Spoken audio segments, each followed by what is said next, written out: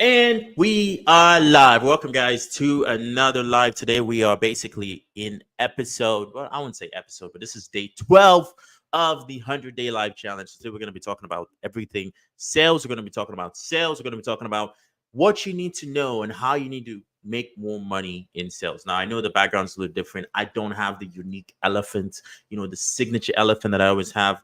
Which, by the way, guys, I love that elephant. Okay, me and that elephant, we're homies. Okay, I don't have the elephant background today, but today, obviously, we got to go ahead and keep up with the challenge, guys. So today we're going to be starting off with, and I want to go ahead and start off with this video because this video is interesting as far as why do people hate salespeople? It's interesting.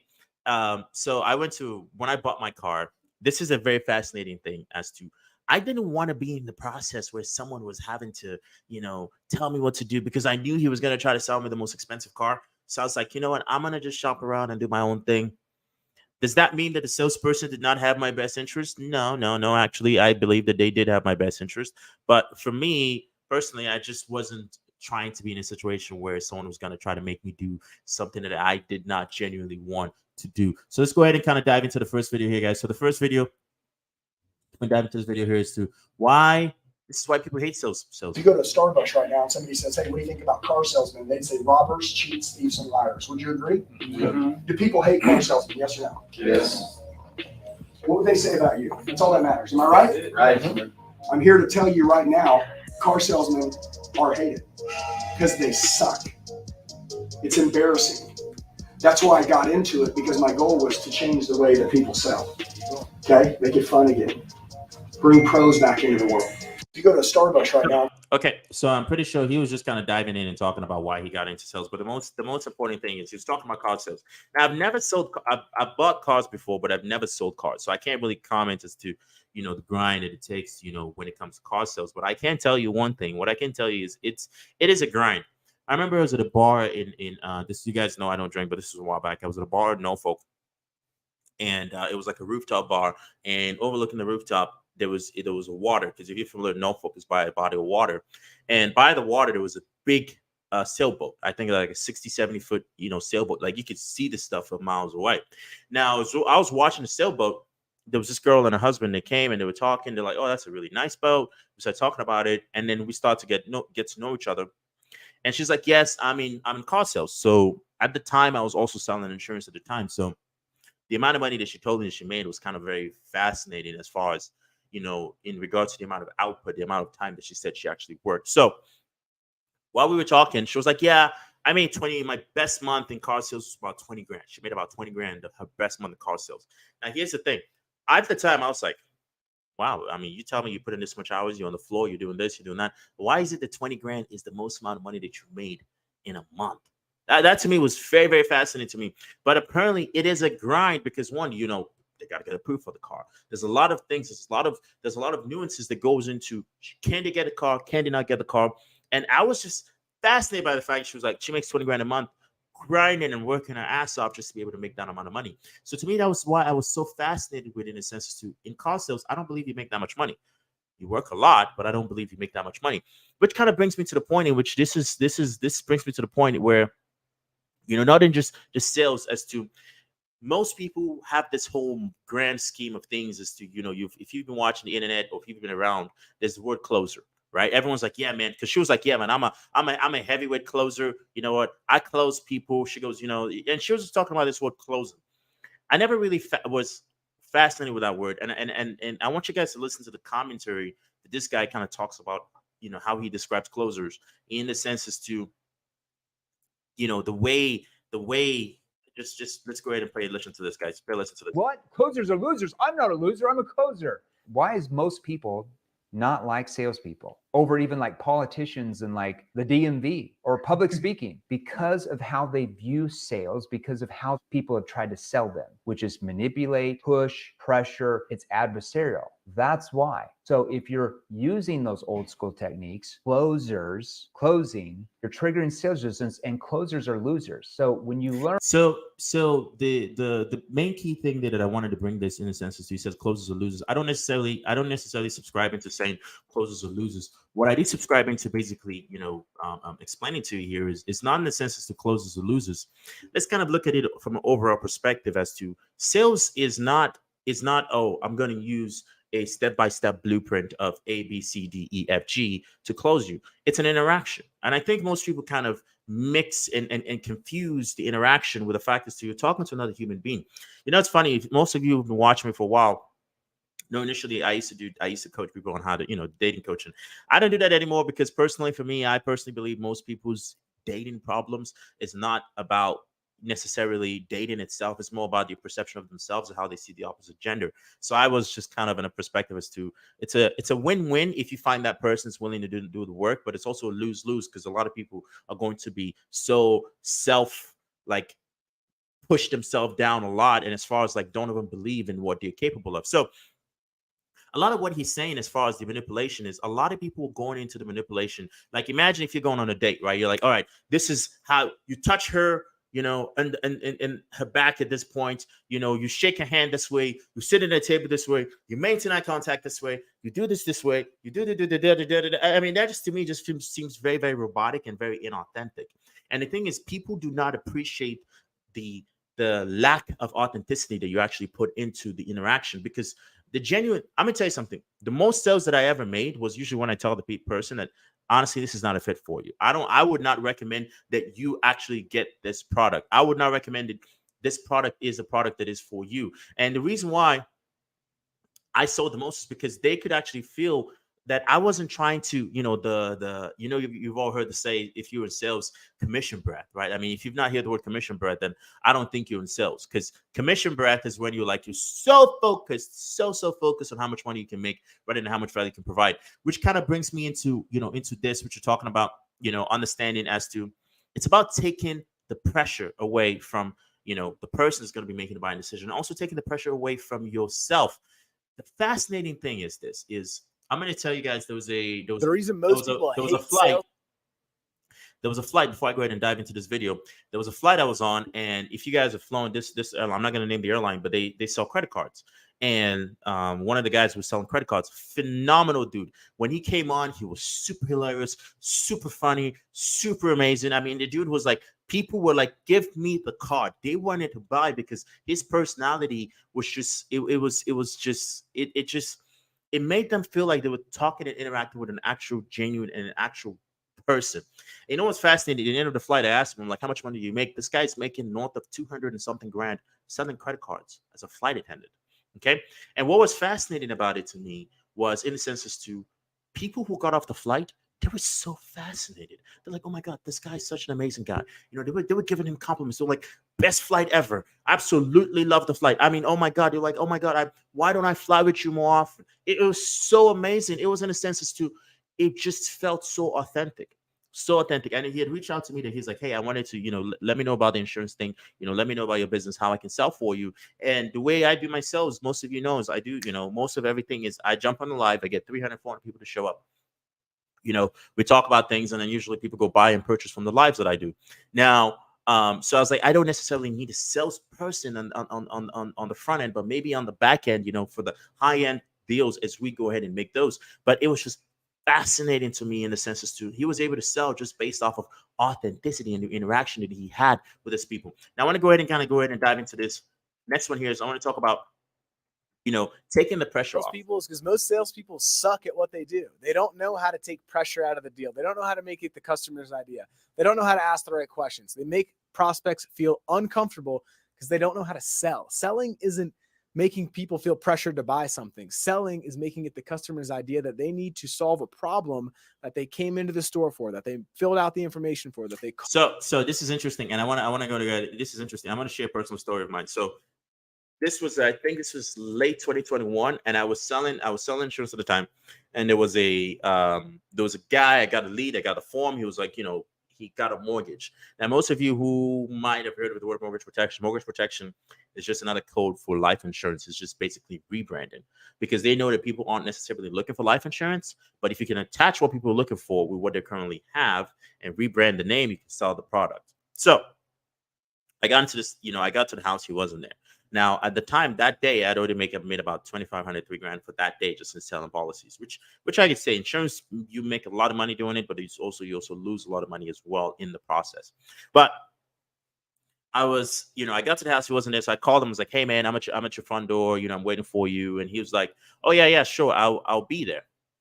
So he shows up about 20 minutes later. He's this army guy. He shows up, walks in the house. I was like, "Hey, do let's have a seat?" He's like, "No, you can stand." I was like, "Ooh, damn, it's that guy now." Okay, okay, okay. He's like, "You can stand." So I'm standing, and he's like, "So what is this about?"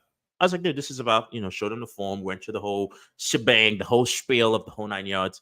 And I was like, "Yeah, so let's go ahead and get the policy in place." He goes, "Why? Why am I going to do it?" At that interaction, I was so uncomfortable talking to the guy because one, his energy was completely different from my energy, and my energy was also completely different from his energy. But it was kind of like a hostile environment because you have the 6'3" guy standing next to you, and the guy was about 5'7", 5'8" at the time. But then again, I'm pretty sure this guy could take me. But then again, that's not what I'm there for. I'm there for sales to basically help him. And I ended up not just as an FYI, I didn't sell the policy. Okay, I didn't sell. The guy didn't buy anything from me because he was just like, "Yeah, I don't need this. I'm not doing it. No, it's fine. Thank you, man. Appreciate it."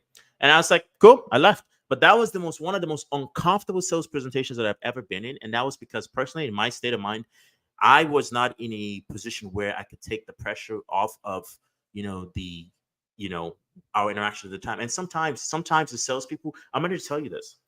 Listen to this. You cannot sell everybody. Sometimes some people you just got to let them go. You just got to be like, "Listen, man, I don't think this product is for you. I don't think what we're going to talk about is for you. I think genuinely this is not a fit for you." Tell them no. It's like the equivalent of I'm going to say this, the equivalent of you trying to sell to everybody is the same equivalent of you trying to be a married individual trying to date every single girl that comes around, or even being a single trying to date everybody. Just by the fact of lack of clarity, lack of focus, you are going to lose everybody. That's the same concept. Not everyone is a fit for your product. If I sold, let's say I sold, what's a very important thing that to sell? Let me see. Let's say I'm selling an iPhone, right? And I'm selling to an Android user who believes and strongly believes in Android.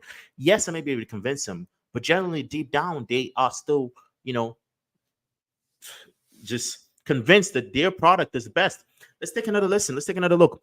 Let's say you're basically in the let's say it's hot. You're in the Florida summer. It is so hot. Most of you know it's August right now, and it is scorching heat in Florida. If you're in Florida right now, you are probably sweating.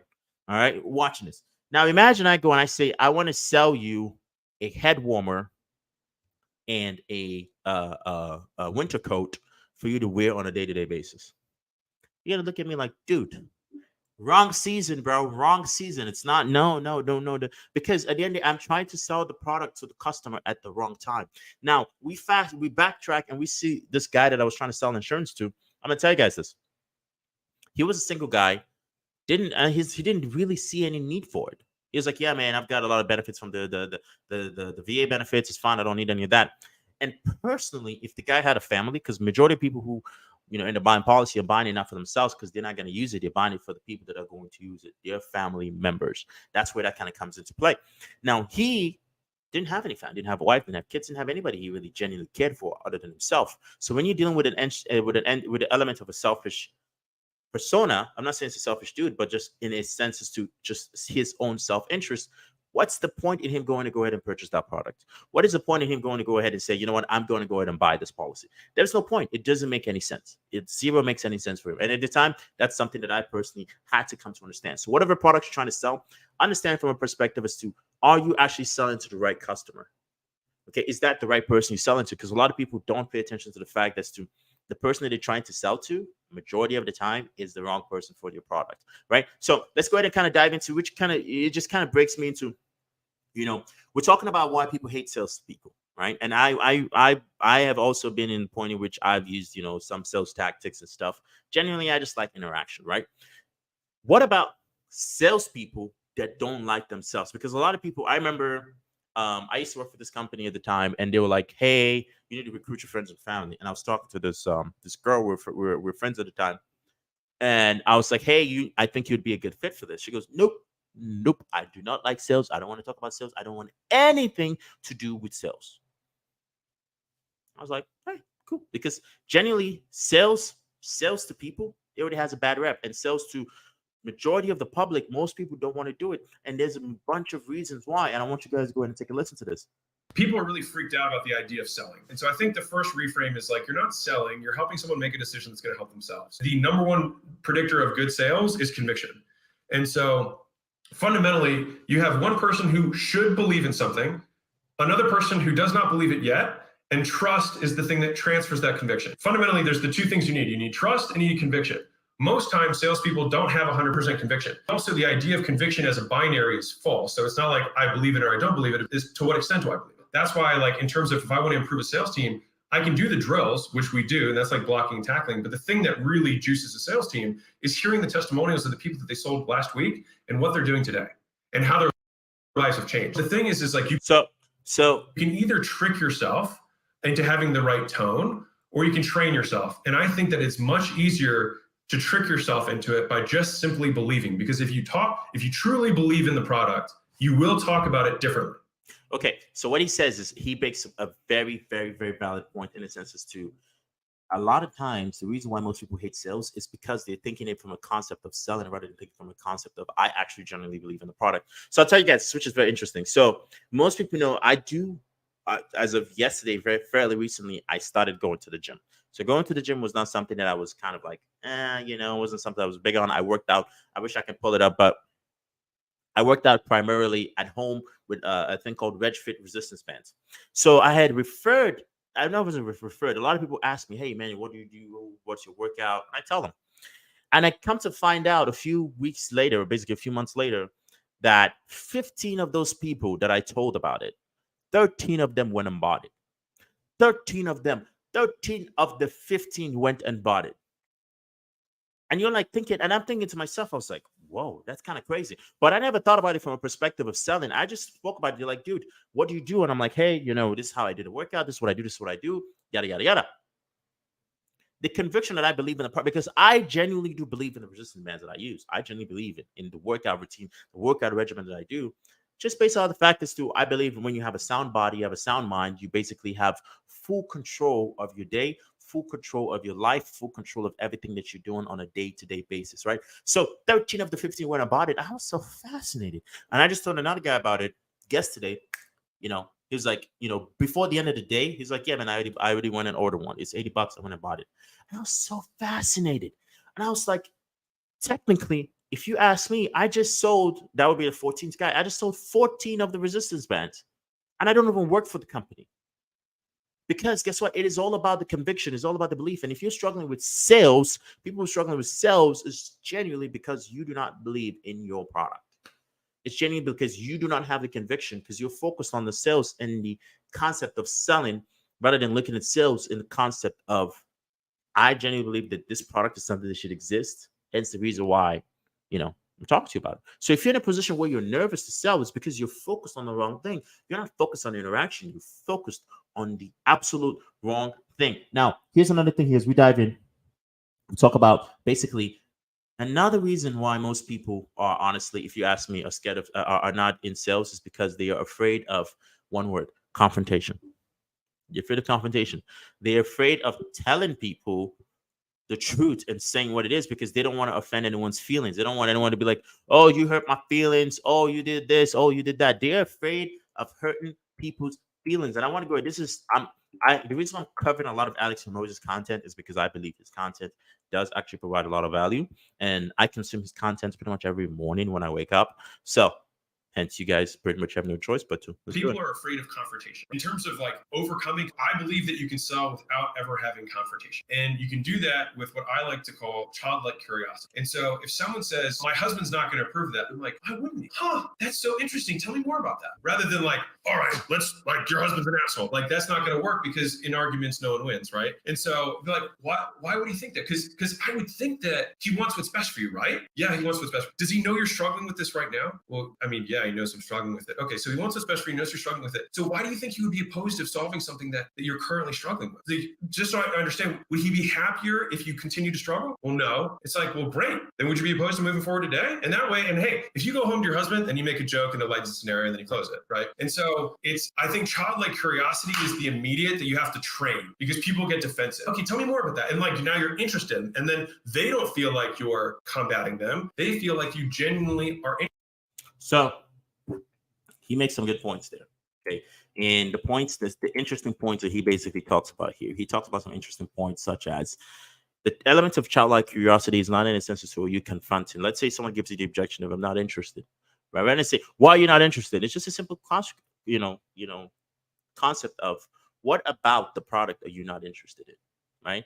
Or if the product was, what necessarily has to be different about the product to pique your interest? Right? Just basically very simple things. So like, oh, you know what? I got to talk to my wife. That's perfectly fine. If you spoke to your wife, what is your wife going to say? Well, she's going to say, I don't know what she's going to say. Well, I'm like, okay, cool. Well, then what about if your wife says no? What do you do then?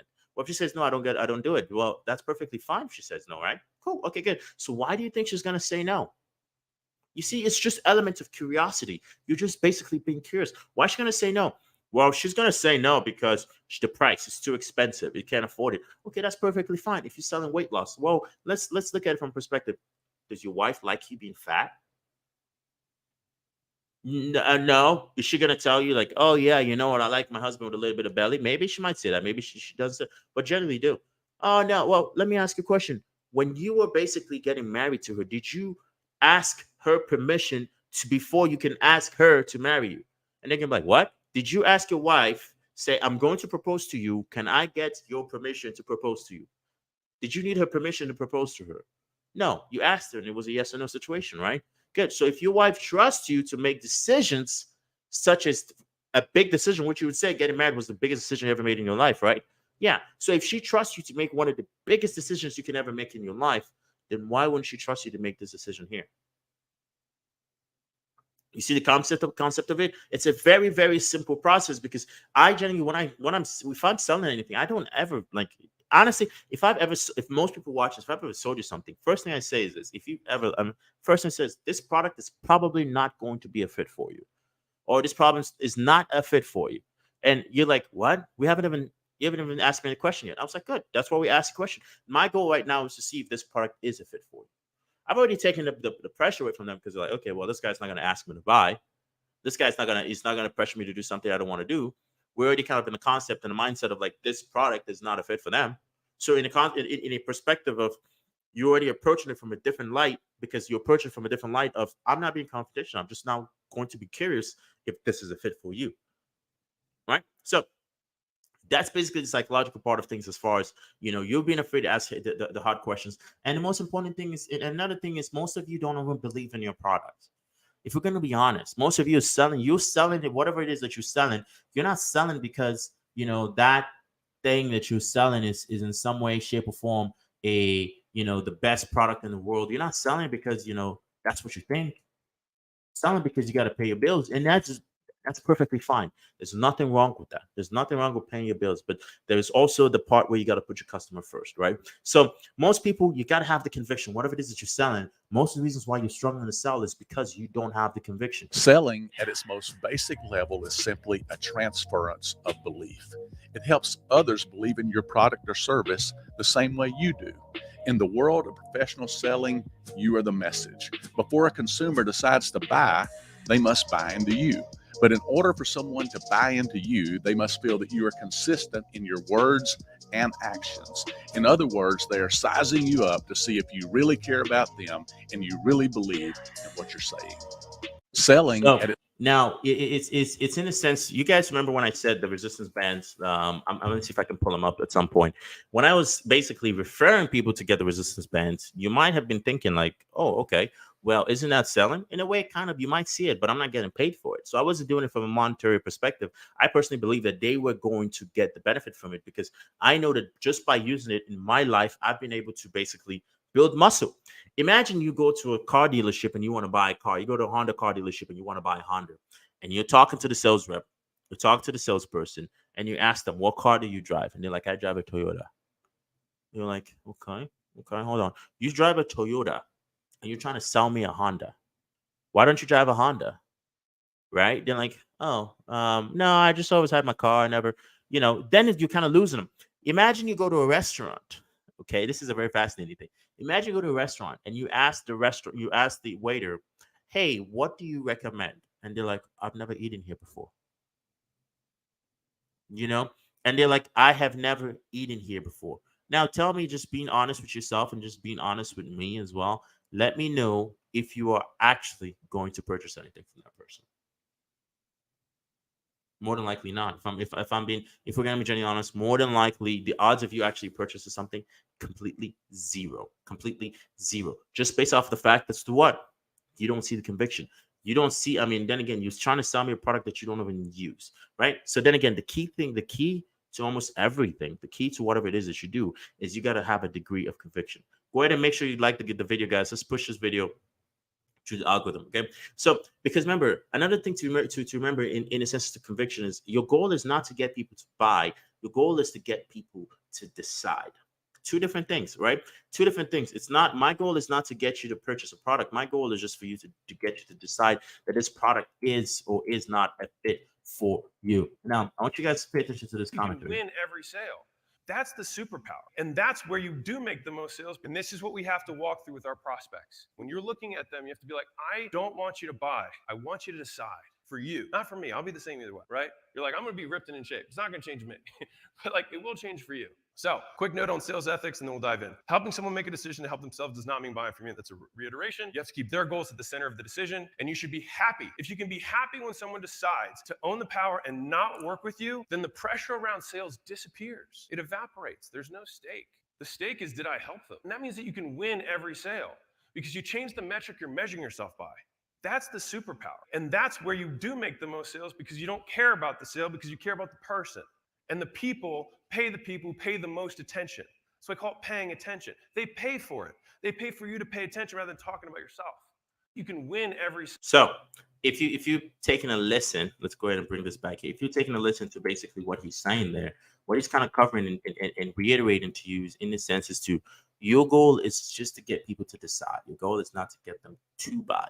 Your goal is to get them to decide. The concept of, oh, I'm going to basically, sell them a product. That's not the goal. The goal is just to get them to make a decision as to, yes, I'm going to do it, or no, I'm not going to do it.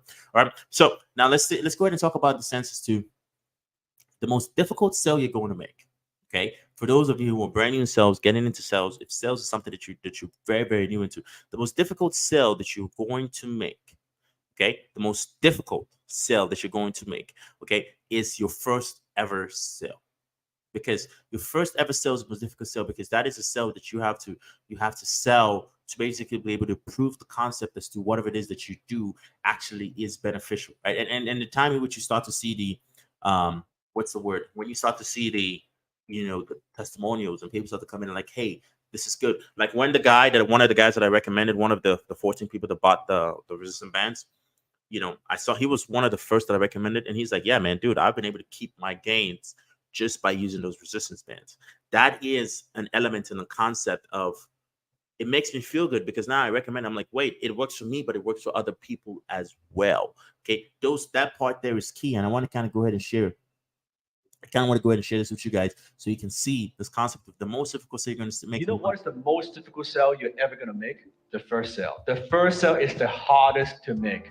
Once they have experienced what you do, they fall in love with the product and services, the second sale is so much easier, right? Even your repeat customers. And if second sale is the easiest, wouldn't the third sale be the easiest? Wouldn't the fourth sale be easiest? Why did we stop? Why did we stop? You don't want to stop. You know what is the... So this is just basically saying, he's not even just saying in a sense as to the first sale that you make in general in the product, the first sale that you make in general to the customer, right? So I want you to think about it from a perspective of people buy from people that they've bought before, right? If someone has sold you a piece of a product or something before, the odds of you going ahead and purchase from them again is much higher because, like, for instance, I've done business with Grant Cardone. I've gone to the conference. And I'll tell you this, which is very easy, simple. So I went to the 10X Girl Con. Most of you might be familiar with Grant Cardone 10X. Okay, you might be familiar with Grant Cardone 10X. So when I went to the 10X Girl Con, I remember I paid my ticket. and I was standing in line. I can't remember what I was standing like. Yeah, I was standing in line to go. You got to get your lanyard, right? So there was a few guys who were standing there, and these guys were standing there, and they were basically saying, "Hey, would you like to come to next year's Tennis Tour Con, which is going to be February 2024 GrowCon?" And I was like, "Yeah, sure, absolutely. I'll be more than happy to come." He's like, "Okay, good. That's gonna be 2,500 or however much it was." They were already trying to sell. But here's, want to know what's interesting? Almost 40 to 60% of people, I think about 40%, will go ahead and purchase again at that spot. They might purchase later, but 40% will go ahead and purchase again on the spot, just based off the fact that they've already done business with you in the past. If I've already done business with you prior, if I've done business with you previously, then the odds of me doing business with you again is very, very, very, very high, right? That's the reason why they say this is if you go to any sales or anywhere, they always ask you, do you have a book of business? What does a book of business mean? Someone has already had that relationship with you where I've done business with you and it ended in a good and positive light. Then more than likely, I am going to do business with you again. More than likely, I am going to do business with you again, just based off the fact that I have already done business with you in the past. Now, I know sales, I'm going to tell you guys this. I know sales is not a sexy topic, and most of you watching this are not either in sales, but I want you guys to pay attention to the fact that sales has basically made the most millionaires. Okay. Most millionaires were made in sales. It doesn't matter if you're trying to sell on Amazon. It doesn't matter whatever it is that you're trying to do, but sales has made the most millionaires because your ability to transfer your belief, your ability to basically, sell a product is going to basically determine how much money you make. Right. And that's just why most people who are extroverted, it doesn't matter how introverted you are in designing a product, you need an extrovert to go ahead and move your product. You need an extrovert to go ahead and, get people involved and interested in whatever it is that you are actually selling. So one more thing as well, guys, as we continue here is this, is to, when you're selling, if you notice when I'm doing this presentation, when I'm doing the live right now, what am I using a lot of times? I am using videos, right? I am using videos because I want you guys to see other people's stories, not just me in front of a screen yapping and screaming at you and stuff, right? But one of the easiest ways that I increase the productivity of a sales team is when I read the sales script, I look for the parts where they talk about the features. They talk about the pieces of the service or the product that they deliver to the customer, and usually it's dead wrong. And so what we swap with the features isn't benefits, because that's what a lot of people talk about, but it's actually anecdotal or stories that can relate the experience to the customer. Rather than having your laundry list of features, I like to give 3 analogies, no more, no less, that illustrate different aspects of the product and what experiencing it would look like. And ideally, stories of people just like them experiencing the result of the product the way they want their problem to be solved. One of the easiest ways one of the key things he's saying there, in the sense, is to in the key things that he's saying as far as stories go, is to, there's a saying that there's benefits tell, features, benefits tell, stories sell, right? Stories sell, because when people listen to a story, or whenever you're telling people a story, you want to know what's interesting is deep down in their mind, they're putting themselves in the lead character position. They're putting themselves in the shoes of that exact person. So if you're selling weight loss, right, and you tell a story, and you actually have the video testimonial of one of your customers, one of your clients that saw a benefit from the weight loss, what's interesting is they are actually going to start saying, okay, in a year, she lost 40, 60, 70 pounds. Now they're going to think, okay, I want to lose 40 to 70 pounds. They're going to correlate and compare themselves, because we're human beings. We all compare. Why do you think social media, is leading to a lot of depression? It's because most people compare themselves. No one is asking you to, but generally as human beings, we all compare ourselves, even though, which is something which is weird, is we're all uniquely different, right? The odds of you finding somebody who looks exactly just like you is very slim to none. But for some reason, we still end up comparing ourselves, which is just the most fascinating thing in itself. But the most important thing is, when you tell stories, people start to imagine themselves in that situation. And when they imagine themselves in that situation, it also arouses emotion, right? Because emotion is what causes people to take action. Logic is how you can solidify that action they've taken. Like, why do people get married? Why do people, there's a saying that the first 6 months of a relationship is the honeymoon stage. And the reason why, that's the point in which your partner can do no wrong, right? Your partner can do no wrong, because at the end of the day, that first 6 months is when your partner, whoever it is that you're dating, still has that ideology, that fantasy, that story about yourself that they're telling themselves. And then usually 6 months to a year in, then they start to see who you are, and they start to see that, do you match the story that they tell themselves, or do you not match the story that they tell themselves? And if you don't match the story that they tell themselves, then there's a disconnect. right? Then there's that argument that starts to come in. This is not an element of dating or anything. I'm not trying to talk about dating, but what I am trying to talk to you guys about is I'm trying to talk to you about as to find out how you can incorporate more stories into your presentations when you're selling. It's very important. Find out how you can create more experiences, because stories create experiences. Why do you think, I'm going to relate it again back to dating. Why do you think most people, most relationships, for you to thrive in a relationship, there has to be an element of courtship, and still there has to be an element of you taking your partner out on dates. You guys going on dates to, Ruth Chris, you're going on dates here, you go, even if it's somewhere outside, just a change of scenario, because you're giving yourself new experiences. But you guess what's unique about your new experiences? In your absence, when you're not there, your partner would think about those experiences in a sense as to stories, okay? Because they're going to be like, we went bungee jumping, we went scuba diving. And then guess what? When, let's say, you're absent for another 6-7 days, they start to think about you, they start to miss you. And when they start to think about you, they start to miss you, they start to miss the experiences and the stories that you experienced together, which is going to elicit an emotion of love, an emotion of like, this is the person that I really genuinely want to be with. And that's the reason why I'm sharing this with you, is to understand the stories is very, very key in the concept as to, if you want to actually exceed, if you want to actually be good in sales, you need to learn how to incorporate stories into your selling. Now, what's interesting, I want to go ahead and play this prank to you. This was a prank that was done by, I'm using shorts, I'm not using a full clip, but this was a prank that was done by Payless. Okay, I don't know if you guys know who Payless. Payless is a company and is a brand in the United States that basically sells affordable shoes. Some people say cheap shoes, but these shoes sometimes are actually pretty good quality. But Payless was able to trick influencers. Just to give you guys, they were able to trick influencers to think that their shoes were basically high-end shoes. I want you guys to take a listen to this. Payless opened a fake shoe store to trick influencers into thinking their shoes were high-end. You see, they rebranded as Palessi for a weekend and marked up their shoe prices by 1,800%. And let's just say these influencers and designers completely fell for it. Elegant, sophisticated. Some of them even bought these fake high-end shoes. But before they left, Payless made sure to tell them what was actually going on. No way. Payless opened. So this is you can catch the full video. The full video is on YouTube if you want to check it. Just check out Payless Palessi prank. You'll be able to find the full video. But this is just basically showing you. I want you to the reason why I'm saying this is I want you to think about it from a perspective of branding. I want you to think about it from a perspective of branding, in the sense as to how much branding gives you the ability to basically charge a lot of money. Okay, branding gives you the ability to charge a lot of money, and most people don't understand. There's a reason why people will pay a lot of money for Nike as opposed to paying the same amount of money for a product, right? I was joking about it. I'm like, this is an iPhone 11. I'm not buying a new one. iPhone, Apple. I am not buying a new one. I mean, there's no point in Apple slowing down my phone. This is, and I'm not upgrading. 11 for life until the phone pretty much dies. But people will spend more money for a brand than they will actually spend for an actual generic product, right? That's the reason why I tell people to create content. The reason why I tell people to create content, before we go ahead and dive into this, the reason why I tell people to create content is I tell you guys to create content, and I tell people to create content it's a content game. As all the content I'm creating, it's a long-term strategy for building a brand. Okay, it's a long-term strategy for building a brand, because in 6 months, a year, if you have 1,000 or 2,000 or 3,000 or 4,000 loyal followers, loyal subscribers, I'm not saying fake followers or fake subscribers, people who are genuinely interested in you and want to know more about you, you have the ability to sell anything that you want to sell. Now, I want you guys to kind of go ahead and take a listen. Let's go ahead and do a deep dive here real quick.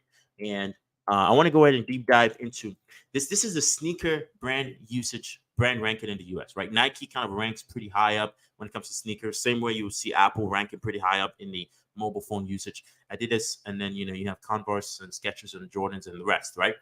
What is interesting is the brand loyalty is Nike has an 82% brand loyalty, which means people will rather purchase and pay more money for Nike products than they will pay for any other brand. And now another statistic that I want you to go ahead and share you guys is to how much money do you guys think it costs to make the shoes? How much money do you think it actually costs to make the shoes? Not that much. Not that much. It doesn't cost that much money to make the shoes. And I want to go ahead and see. Let me see if I can go ahead and find the stats to you. Now, as far as the numbers go, this is a stat coming from StoreReview.com. Now, this is basically saying something in the sense as to, now, this is not, I don't believe these numbers are true as far as this much, but it's saying basically Nike. This is a comment basically saying that Nike makes your shoes for $2. The Easy Boost cost $10. Then again, I don't know if this is how much it actually costs. It's something I'm reviewing from this website. Someone can feel free to correct me down in the comments, but I can very much guarantee you that there's a 300-400% markup on the price. So what does that mean? The Yeezy Boost basically cost them $10 to make, and then they sell it for $350, which is a $340 margin. That's a 340% profit.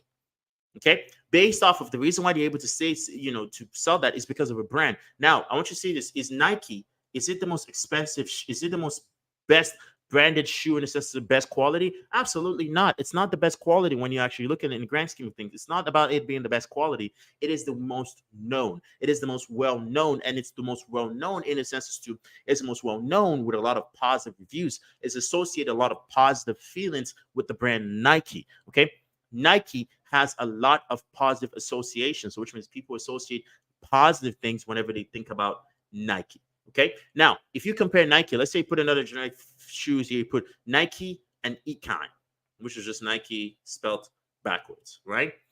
Nike, Econ. This is the Nike logo, and then imagine you have the Econ logo. Which one do you think is going to sell the most? Nike still will sell the most. Even if it's the same shoe, you just flip the logo backwards. You're flipping the logo backwards, but Nike will still sell more than Econ will sell. And the reason why that is because Nike has a brand name. Nike has a brand association. A lot of people still associate and still think about it in a sense. A lot of people still know who and what Nike is and what Nike provides. But also, let's also look at it inversely. If Nike tries to sell a car, what is the likelihood you're going to buy that car? Imagine if Nike came up with an electric vehicle, you'd be like, whoa. I'm not buying that. Absolutely not. Because Tesla owns the brand. When you think about electric car, you think about Tesla. When you think about artificial intelligence and generative AI, you think about ChatGPT. When you think about a vehicle, you think about high-end brands, Mercedes, BMW, Lamborghini. Do you think about a Honda? A Toyota? Those are cars that are known in the brand as to durability. Then those are not brands that are known in the sense as to high-end. That's the reason why I think about it. Even think about it from a perspective of I want you guys to think about this is what is what do you call it? Toyota, right? Toyota is what? Is basically the normal brand of it's Lex. You have Toyota, and I believe Lexus is the other high-end brand. Why is it that Toyota does not try to sell a high-end product, but then they just try to sell, they just say Toyota, Lexus, right? Toyota, Lexus. Why is it Toyota, Lexus instead of Toyota and then high-end Toyota? Because now when you think about a Lexus, you think of luxury. When you think about a Toyota, you think durability. Because people are very, I'm going to be very honest with you. People are very, very simple. Okay. We're very, very, very simple minded, and we associate words, we associate things in a sense as to how we have dealt with it in the past. And most people, when they get into Toyotas, don't ever go into Toyotas like, oh my God, this is the most luxurious, fancy car that I've ever been in. No. They go, oh yeah, nice. This car, I can drive it, to 300,000 miles and it's still going to go. Oh, a Lexus. Ooh, wow. What car do you drive? Ooh, I drive a Lexus. I drive a Lexus CS FF 5250 300. I just made that up. I don't think that's a car. But that's basically just me trying to basically show you understand that in a sense as to a brand. The reason why you want to build a brand is because when you build a brand, you can charge more money just based off of you building a brand, because a brand basically gives you the ability to create perception. Remember when I said about the Toyota versus the Lexus deal? I want you guys to take a listen to this. Let's go ahead and let me go ahead and get that screen.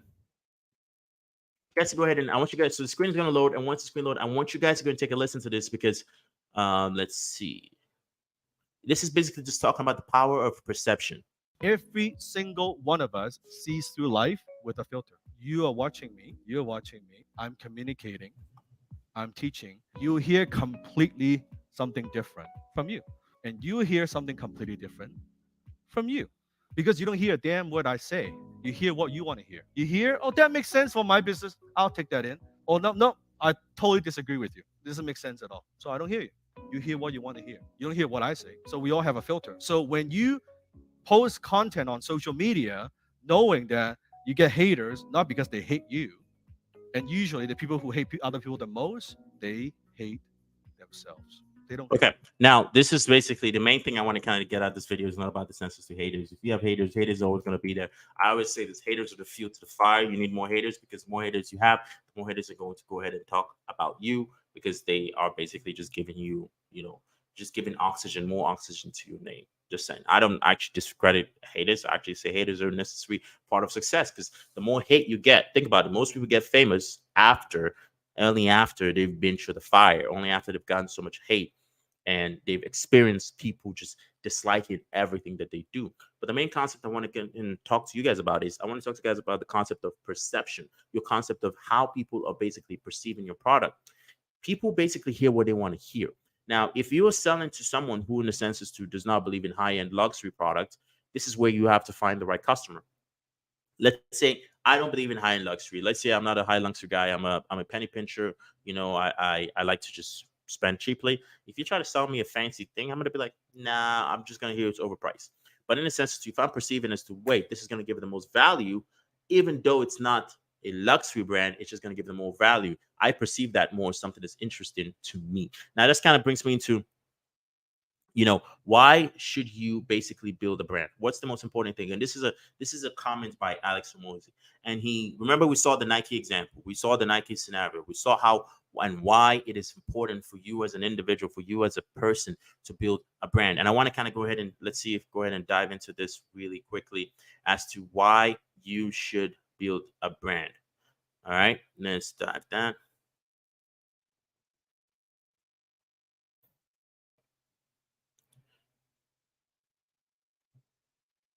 The most important thing in sales, number one, above everything, and this is a strong statement for me to say, is frame, the context under which the conversation is happening. So you can be the most skilled salesperson in the world, and you will sell less than somebody who has a line out the door because of how much value they've provided every single person in that line. It doesn't matter if you're the best person in the world. Fewer people will buy from you if they've never met you, you've provided nothing to them. If you're trying to sell more, learning all the mechanics of sales, overcomes, etc., is worthwhile, is important, but you're missing the biggest one, which is you build brand, you provide value first so that you don't have to. Okay, so this is it. And I'm hoping you guys are understanding this here as to the most important thing about it is basically when you have a brand, just by you having a brand, just think about it. I want to think about how you can actually, a brand is not something that you can build in a day. It's not something you can build in a month. It's not something you can build in a year. This is something that takes a consistent effort. If you guys take a look at the importance of branding, I want to say, look at the let's look at the Bud Light. Let's look at basically the Bud Light. So basically, I want you guys to basically take a listen to this. And this is basically, if you're not familiar with Bud Light is basically a beer maker that makes beer. They recently came up with an ad and they came up with a sponsorship. That when they made the sponsorship, just based off of the sponsorship details that they made, they went ahead and they pretty much lost a lot of money just by sponsoring someone that was not congruent with the brand. So this is like an example of the Bud Light situation here. This is an article from the New York Times. It says retail sales of Bud Light fell as much as 42% in some U.S. metro areas in the 4 weeks that ended on July 22nd, according to data. So think about it, 46%. I believe they lost almost $5 billion off of trying to sell to someone that was not in their brand, right? Because people associate the brand with you. And it's the same thing as if Nike tries to rebrand itself as an electric vehicle making company, they will go bankrupt because they're trying to sell to a different audience, right? Their brand is, people know them as shoe company. They don't know them as a car company. So they don't have to rebrand and create a different brand, right? And that's the reason why Bud Light tried to sell to a different audience, while their primary audience was like, well, you guys are removing us because we don't associate with the values that you're pushing. Hence the reason why the Bud Light example, they ended up, losing money. Now, does that say if another different company might have tried that, if a clothing brand or something had tried that, they might have still seen still about the same, the same revenue, because then again, they're still speaking to pretty much the same audience per se. So it's all about kind of understanding as to your brand creates your audience, because they create that brand identity with you. They create that brand identity to you. Now, this kind of brings me to this point here, which is a very important thing as to, I personally believe Okay, and a lot of things is I personally believe that you, if you want to make more money, because the main name of this game is making more money, which is going to be a part 2 of this video, guys. So this is part 1, just basically talking about sales. Part 2, probably tomorrow, we're going to kind of dive deeper into talking a little bit more about the sales aspect, the sales, how you can implement sales. But I personally believe that most of you need to raise your prices. And the reason why I think you need to raise your prices is because when you raise your prices, what happens is you make more money. Your revenue actually grows up. Let's take a look at this. I know it sounds so simple. Our margin is this. You sell more, your margin is still this. Let's say, Sally, you're going to increase your price, right? Once you increase your price, you might lose some people, but you make way more money. So let's say you double your price. Your profit goes up, like your margin goes up like that. You lose 20% of the people. That's fine. What's the problem with that? You make more money working with fewer people, they're high quality people, and less headache. Does that make sense? Right? I know it sounds so simple.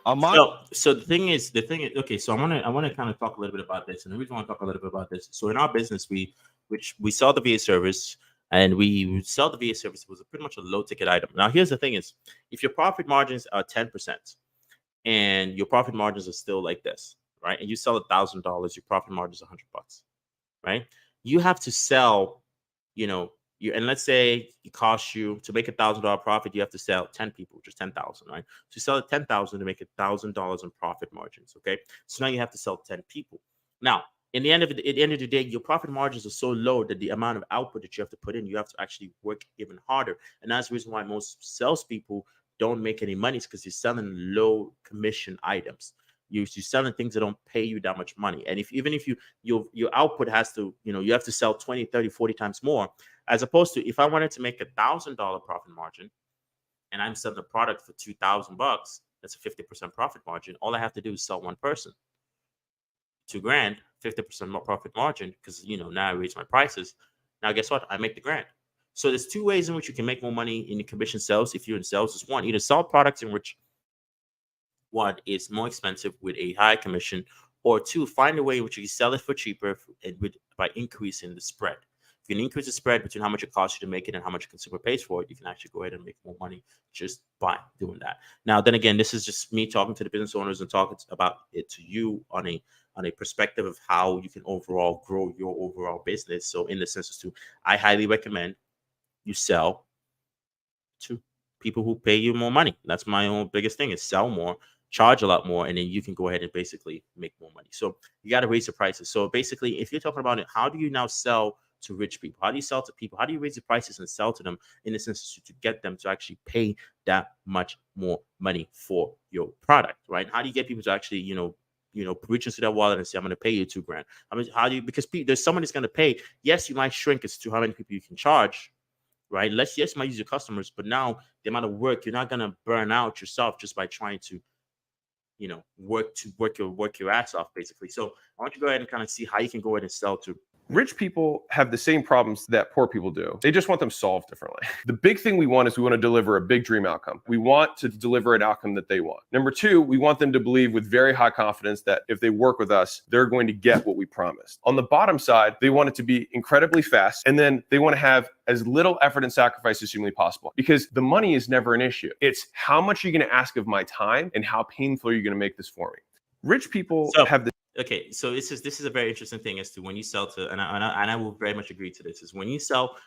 One thing I do, I'm not saying I'm a rich person. I'm not even close to saying that.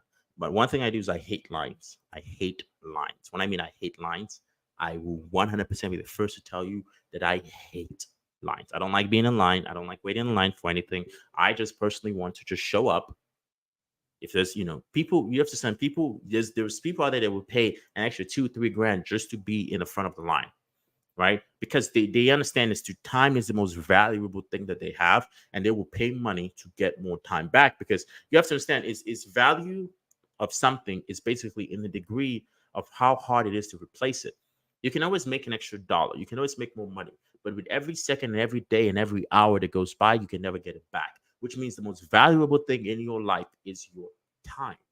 Your time is the most valuable thing, and that's what most people don't value, is they don't put that much value in their time just because they put more value into money, when in reality you can always make more money. So if you want to sell to rich people, you got to find a way in which you can reduce the effort that they have to put in, and you pretty much take care of most of everything yourself. Now, another thing is you're going to think about is how do you get high-end clients, right? How do you get people to basically pay you more? We're kind of coming up to the end of the live stream, guys, because it's an hour. So there's going to be a part 2. Make sure to stay tuned for the part 2. The part 2, we're going to talk about sales objections, overcoming sales objections. We're going to talk about the sales psychology of things. But for the most part, I want you guys to think about in the sense as to how can you attract high-end clients, which is something that a lot of people are basically curious about. A lot of people paying attention to how do I attract high-end clients? What does a tree have to do to grow apples? The first and foremost thing, it has to be an apple seed. You are not going to have an orange seed and grow an apple tree. If you want to attract high ticket clients, understand the law of nature. Everything reproduces after its own kind. That is the law of nature. So what does that mean? It means this: in order for you to attract clients who don't resist when you make an offer, you have to be the kind of buyer first. Most people in the marketplace, when it comes to time for them to pay, they dig in their heels, they grit their teeth, they pay against it. What they don't like to buy. You know why I can sell high ticket? Because I buy high ticket. I am a high ticket buyer first. I am the apple seed. What does... Okay, so I want to say 2 things first, and then we're gonna wrap up here, guys, and we'll continue tomorrow. In the sense to high ticket sales, or basically high-end sales, or anything over $1,500 to $2,000 in sales, is to you first have to be someone who's willing to pay $1,500 to $2,000. You're probably going, well, what about if you don't have $2,000 to pay? Then that's perfectly fine. That's fine if you don't have $2,000 to pay. But in your life, at some point in time, if somebody were to present something to you, are you going to heckle, nickel and dime them for, and try to bargain, or you're actually going to say, hey, you know what, that's fine. I need this product. I'll pay for it. Right. And I want to say the best salesmen are the easiest, basically the easiest buyers. Like, one of the cars I got was, I just showed up. I saw the picture on, I can't remember what it was, but I saw the picture. I just went, I showed up. I'm like, hey, I won this car. It's like, really? Yeah, I won this car.